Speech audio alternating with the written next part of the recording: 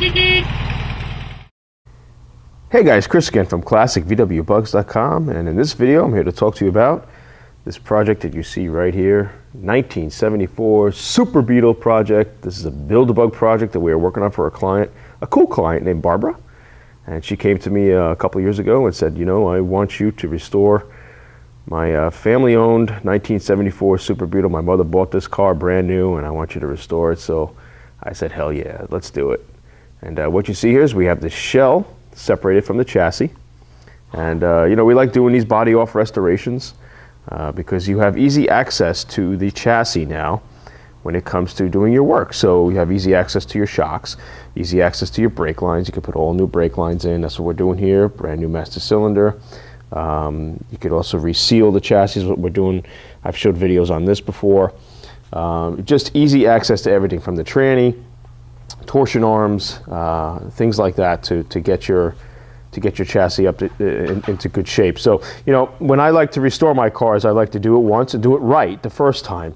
So why not do a body off and you know, instead of hassling them with it later on when the shell's on the chassis. So so what you see here is a Super Beetle chassis. Now, I've shown standard chassis in the past. Now, Super Beetle chassis are a little more you know, difficult to work with, a little finicky, and when it comes to working with these chassis, the one thing you got to keep in mind is that the Super Beetles had the McPherson strut front end. So as you see here, this is all the McPherson components here. So when you detach the shocks, which are mounted to the shell underneath, okay, you see that hole right there?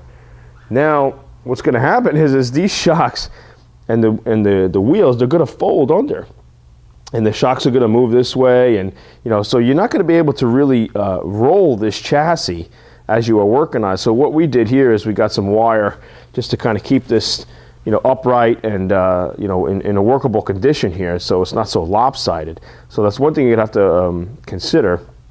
Also, the Super Beetles mount in a couple of the areas to the shell. So you got a couple mountings here. And then inside the car, you have a couple of the mountings here. You'll see there's a brace that's on the inside of the car. So there's a few other areas you got to disconnect when you want to you know, take the shell off the chassis. So just a couple things to keep in mind. If you do want to roll around the chassis and move it back and forth on your floor or on your garage or something, you can do like what we did here. And we got a jack underneath it, and we can just move the jack and the chassis will move. Just take the jack stands out of the way, of course. So we have a jack there, and we have a jack over here. Now this car is all original, and it was never restored in the past and never separated before from the chassis. So a couple things I learned about the later models is that, if I'm not mistaken, when I took the shell off this chassis, there was a sponge style type seal that mounted to the floor pans here, and it had like a self-adhesive back to it, and it was very sticky. It was kind of gooey, and I was scraping this stuff off, and that was the kind of seal that they used. I'm used to these older style seals that, you know, the earlier Beetles had, which is just a rubber seal, and then usually there was a few tacks that held in the seal in place to go around the bends here and keep it on the chassis as you were marrying the body back down so it didn't move. But I guess later on they used like a self-adhesive type of seal so it would stick on, because I did notice these are the original floor pans. There were no nails into the floors to hold the seal in place, so I thought that was kind of interesting. I was offered that from my parts supplier. He's like, do you want the sponge seal or do you want the old style seal? So I didn't really know what he was talking about because I didn't take the body off the chassis just yet. So I just went with the old style seal. So we'll just have to put some tacks in here to hold the seal in place. So basically still do the same thing. Yeah, I mean, overall, I mean, this car is remarkably in great shape. The original tar boards are still on the floor pans, which, I mean, they're so rock solid, they're so stuck on here, I'm not going to even bother taking them off because they're in such great shape. So, you know, I'm used to stuff being really torn up and eaten up on these chassis, but again, this is also a later Beetle, so it's not as old as some of the other cars that I've worked on. But as you can see, we're cleaning stuff up, we're shooting, you know, the axle beams and stuff with the truck bed liner, we're painting up the tranny, and we're just getting ready for this chassis to come back down. I'm sorry, getting the shell to come back down to the chassis today or so. So cool project. You know, you live and learn as you go along sometimes. I don't work on these cars all the time, so there's a lot of things that I'm learning about the 74 Super Beetle. For instance, it is a one-year model car. I mean, we hear that all the time about Volkswagen, that many of their Beetles were 1 year only. I mean, I could go through a series of years with you of cars that were 1 year. So of course 67 is the big one. That's the big 1 year only model, which I have back over here. Okay. But 64 was also a 1 year model, had a 1 year deck lid. 74 here, like you see here, also 1 year only. 1 year only bumper bracket mountings, 1 year only fenders.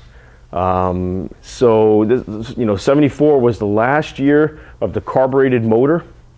So what happened is once they went to 75, they got rid of the cutouts here, and they went to a single tailpipe, kind of like the earlier Beetles, and then they had a bulge on the rear apron for that fuel-injected model motor. Okay, so then a 75 fender would have a bulge here as well to match the rear apron. So, but 74 was the first year where they went with the shock absorber style type bumper brackets, okay? But it did not have the fuelie yet, so it had this one fender that could take the shock absorber mounting, but still kept the smooth style here. So I was learning that as we were going along here with this car. So the pretty cool, interesting facts about, you know, what Volkswagen did, how they changed stuff from year to year many times. So, but all right, guys. Well, that's an update here. 74 Super Beetle Build-A-Bug project. We are trying to get this sucker done for Barbara, and it's coming along really well. The paint job came out fabulous on this car, original color, and yeah, we're getting there. So anybody have any questions, you can email me, chris@classicvwbugs.com, or visit my website, www.classicvwbugs.com. Take care.